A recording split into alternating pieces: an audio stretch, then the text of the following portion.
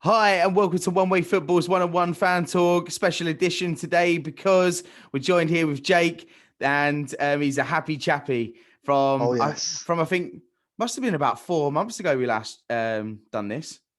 Yes, it It's was. been that long. You've grown a beard, mate. I know, yeah, I know. There's all the stress. Well, actually, you've not really had much stress in the second half of the league. Oh, believe you, mate, it's been stress. Being a City fan and what we're capable of and what we're not capable of, we still get stressed. But before we talk about City, congratulations, mate, on winning the league. Thank you very much. And if you do look back, if you're watching now, if you look back when me and Jake first did our first one-on-one fan talk, you was you 15th at that time? I think we were 11th. We were like 8 points behind, and it was Tottenham were actually top of the league at the time. I think it was Tottenham exactly. Yeah, so Pep's turned around to Klopp and said, "Thank you, you Kloppite, one year wonder. I'll have my trophy back." Yes, pretty much. Thanks for polishing our trophy. Yeah. What was your feeling though? Like, did you have a feeling that maybe United were going to catch you up though? Because there was that possibility, weren't there? No, I think I think we was going all out for the Champions League this season, and I think that was our intention from the first game of the season. We kind of drifted off, and then everybody knows Pep's a winner, and games went on and on and on, and then even the fans believed it this year. We could do a bit of everything, but it was the case of just getting that momentum back from where we was at the beginning of the season. So it was. And it was quite scary, but and let's go back like was it a month ago, the Carabao Cup final? Yes. Yeah. 1-0. Was it 1-0 in the end? Was it 0-0? I can't remember if it was 1-0. Yes. It was 1-0, weren't it? It was quite a tight game, to be fair. Yes. Because Ryan Mason, he had like a little bit of a bitch fit, didn't he, after the game? Like, and... Yeah. What do you think? It was a good game, to be fair. What do you think about Ryan Mason, by the way? Because obviously playing him in a final, do you think he had it right, or do you think they need to bring another manager in? I think he did right. I think he's done all right for the time that he had. He's only been there a short amount of time, and he's a young manager. Obviously, coming into a club like that, it's a lot of pressure, a lot of pressure, and it could be the Steven Gerrard of Rangers. Who knows? Only time will tell. Yeah, this is it. Also, you're also in the final of the Champions League. Oh, so yes, the big one. The treble's still on, man. Do you know what I mean? Even though that FA Cup's out, it's still a treble, isn't it? Let's yeah, of course it is. It's still a major trophy. This is what I mean. I don't get people who be like, "Oh, it's a Mickey Mouse Cup. It's not the real treble." It's still a domestic trophy. It was like a couple of seasons ago, they were saying, "Well done for doing the quad," because no other English team has done it. Yeah. That's including the Carabao Cup. Now it's not included because we're matching United's treble, but on a different form. Yeah. It's like, I've got so many things to ask you and talk about because, you had the quadruple in your hands, you had it there. And do you know what I mean? Yes. And Chelsea, you've had like this back and forward thing with Chelsea lately because of the FA Cup, because of the last 2 games that you played them in the league. Yes. It is a back and forth thing with them, with you two. And now you're in the final with them in the Champions League. Yeah, it's the case. It's like the teams that we put out against Chelsea in the 2 games. It's probably no excuse because of the depth of what City's squad is capable of beating anybody on any given day. But putting out their full strength team against a full strength Chelsea side, there's no comparison in Europe. Never mind between the 2 of them, in my opinion, anyway. Yeah, I want to ask you as well because obviously I was fuming with Arsenal in the semi-finals of the Europa League. The night before, right?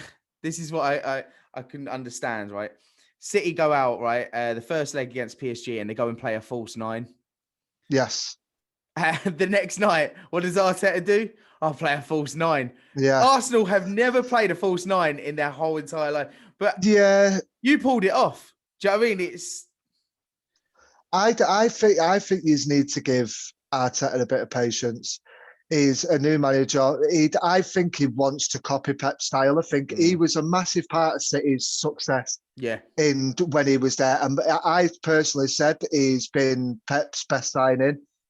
Is Mikel Arteta, because his knowledge of football is outstanding. It's second to none.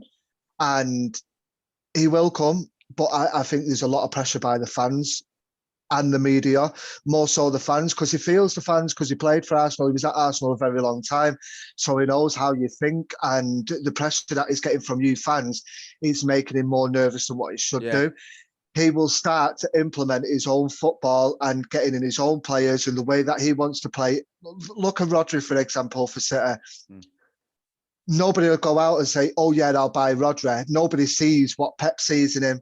And Mikel Arteta would have had a big thing in that signing with Rodri. He will see players what no other manager sees. He will come in time, James. He'll come in time. Yeah, hopefully. Anyway, in the first leg against PSG, though, and you went 1-0 down, was you thinking his false nine isn't... Here we go again. Yeah. But they brought it back. I was like, oh, God. I was literally, I was like, oh, my God, he's actually got it right, actually. Like, with Pep's thing, like, you see it in the documentaries and that, he really digs into the team like at half time, doesn't he? Yes. Really does dig into them.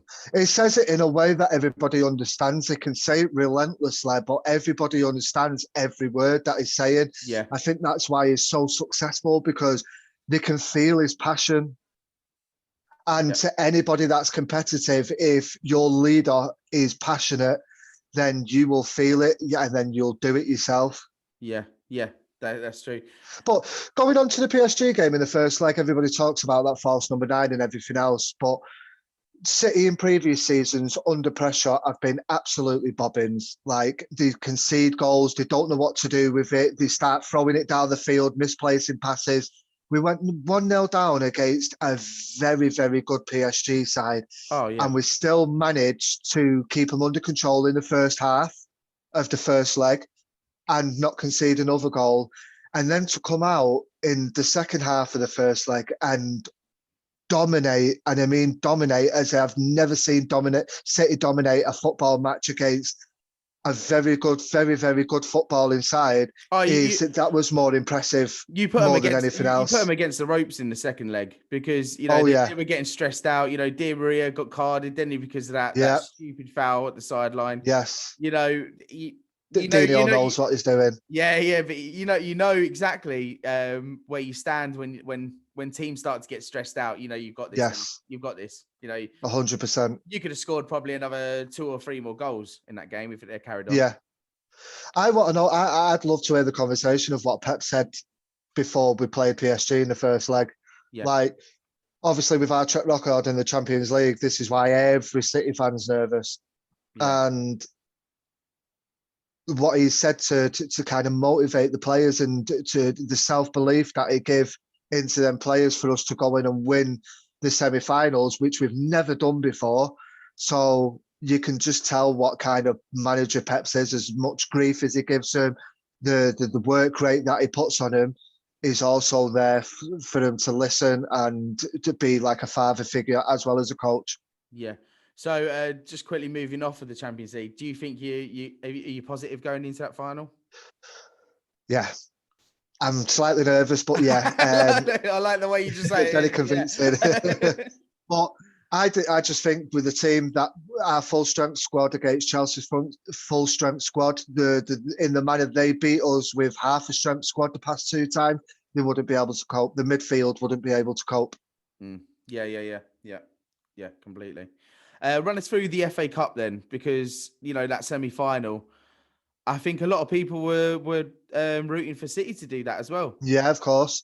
I think when there's something on like that, and where no other team or sporting event has never come across like that before, like all domestic trophies as well as the Champions League. Yeah. Don't care who you support, you're going to root that team to do it just for the history of football. Oh, just to say, in my lifetime, an English team has done the quadruple. That's better for our heritage as well.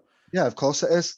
But I think Chelsea was brilliant that game. Absolutely, They were outstanding. It's the best Chelsea side I've seen since the old Mourinho in the way that they played. They pushed City back, and not a lot, even PSG couldn't do that. And PSG have got better players than what Chelsea have. No offense, but I think they have. They pushed City back all game through the full 90 minutes. City do that for the first 20 minutes where they get pinned back, but with the fitness and everything else, other teams can't cope. But Chelsea played really, really well that game, and hats off to him. Thomas Tuchel's quite a good manager, though. He's brilliant. He's not got through to a Champions League final for nothing. Yeah, exactly. Well, 2 now. Yeah, definitely, yeah. Do you know, like, going into like that FA Cup though, you know, you see like a lot of teams, they don't even try. They just go, oh, you know what, it's FA Cup as well. But like we said with the Carabao Cup, it's the oldest cup in football. Football, isn't it? You know, that should be like one of the major trophies that you're going for. Of course, it is, isn't it? I mean, all these. I think domestically that should. FA Cup, you know. I think domestically that should be your World Cup in comparison, because it is the oldest trophy in the world, and it's something special. FA Cup today, mate. Going off it now. Who do you think is going to win that? It's a funny one. It's a funny one because both Leicester and Chelsea are going to play the full strength squad. It'll be nice for Chelsea to lose, in my opinion, obviously for confidence reasons. But it's going to be very interesting to see how Leicester set up, just for the fact that they prioritise Champions League football next season, or would they prioritise the FA Cup this season, or would they have that mentality where they think we can do both, we can win the FA Cup and get Champions League? I'm more towards Leicester and see what team they put out and how they set up. I'm the same. You know what? I would take Tottenham and Arsenal at that Super Six now and replace it with Leicester. Because I think Leicester have got all the abilities to be up there now. Do you know what I mean? They are such a good side to watch. All right, especially they have their bad days, but But Brendan Rodgers, he was the same at Liverpool, weren't he? You know, had a good season and kind of flopped at the end. But I think Leicester is the team for him. Do you know what I mean? 100%. 100%. I've only ever said there's 2 managers that I'd have. Out of only 2 managers I'd have after Pep finishes, one being Brendan Rodgers and Mauricio Pochettino. Oh, yeah. I think he's another outstanding manager, but I don't know. We'll see. Yeah. Right. So the big one, the Premier League. You finally done it. You know, it was again. Again for the 5th time now. Yeah. Yes. 5th time. Yes. Yeah. The only 4th time in 4 in 5 years. Yeah. I think it's if you win the Champions League, the only thing left to do is do the invincible run. Of course, that's it. All right, James, played all right. No, listen, we haven't got the Champions League. We ain't got any of that. We don't. Yeah, but in today's day, that's something very. Listen, anybody can win the Champions League, but to go unbeaten in a full season is very, very unique. I think the other team that I could say that I've probably done it is hopefully Rangers this season. Yeah. They're close to winning the league without being beat. Didn't another team do it like when it was just the Championship or something like that, or when it wasn't the Premier League, or I'm sure. I don't know. I was literally born the same year the Champions League, the Premier League formed. I was 91 and it was 91, 92. Yeah. But I think, going into next season, it's going to be a lot harder. The fans are going to be back. Yes. It's going to be so much difficult, I think, next season.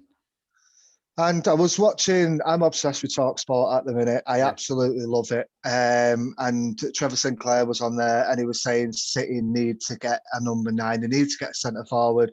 The way that they've played this season, nobody could get their head around it because it's never been played in English football before.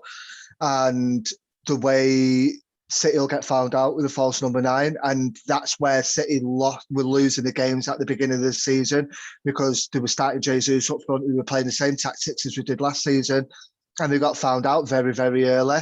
So something had to change.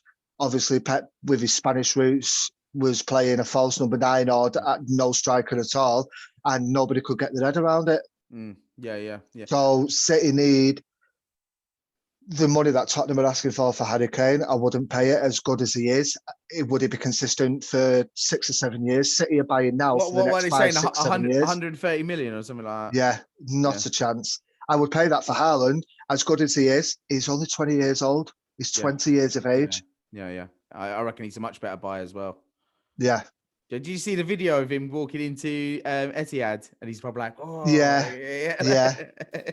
Well, that's why his dad played for us as well. Magic dust there, like to just sell it in. It was weird because all the players walked across City's badge on the floor at the tunnel. He walked round it. He never actually walked through it. Yeah. That was on the same video. Yeah. Little bit of teaser there, maybe. Yes, hopefully, fingers crossed. Yeah, who do you think is going to be in the top 4 next season?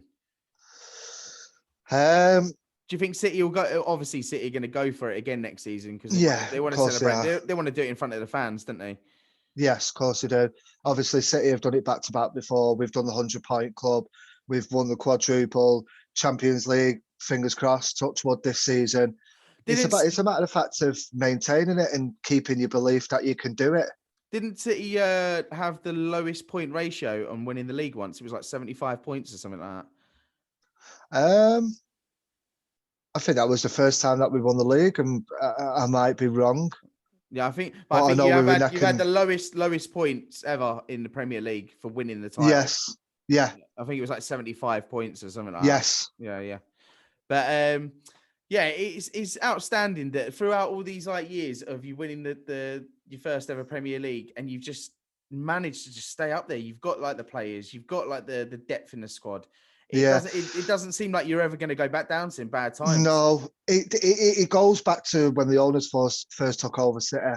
They bought stupid Roque Santa Cruz, and it was when the Tevez era started coming in, and the Vincent Kompany before Sheikh Mansour took over, or Mancini took over. But then we started buying clever. We started building for the future. We wanted to build the here and now just to get that FA Cup out of the way, what we won the year before we won the league, get the first league out of the way, then we can start buying clever. If you look at the likes of David Silva, Sergio Aguero, Vincent Kompany, these 3 players have stayed for 10 years. Yeah. And in today's day and age, it's rare, it's unheard of for a player to stay at a club for 10 years. Yeah. Yeah. So it goes down to the management of the club. I like Khaldoon El Mubarak, City's chairman. He's an unbelievable man. He's an unbelievable businessman. Yeah. He not only wants to do right by the club, he wants to do right by the community, and the players also feel it as well. So it's great giving the players credit and what they do on the pitch, but City's owners and the way that they've dealt with things over the past 10, 12 years, apart from that little hiccup with the Super Cup, they've been outstanding. But it's still new to me, watching City in 1998 getting beat by Stockport County 2-1 at Main Road, and now here we are in the Champions League final. It still feels weird. Yeah. But buzzing is at the same time. Oh yeah. Definitely. That's never going to go away, is it? No, that's just purely down to love for football and your team as well. If you love a team but don't love football in general, then you will never feel that passion. Yeah. It's and the love for football and the excitement it gives you and the buzz. It's unbelievable. I just want to quickly also ask you, before we wrap this up, what was your views on this whole Super League stuff?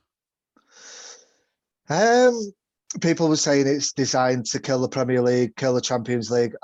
Nothing will ever kill the Premier League. No. There'll still be the competitive in the Premier League with the Super Six. Yeah. But it would have buried the Champions League.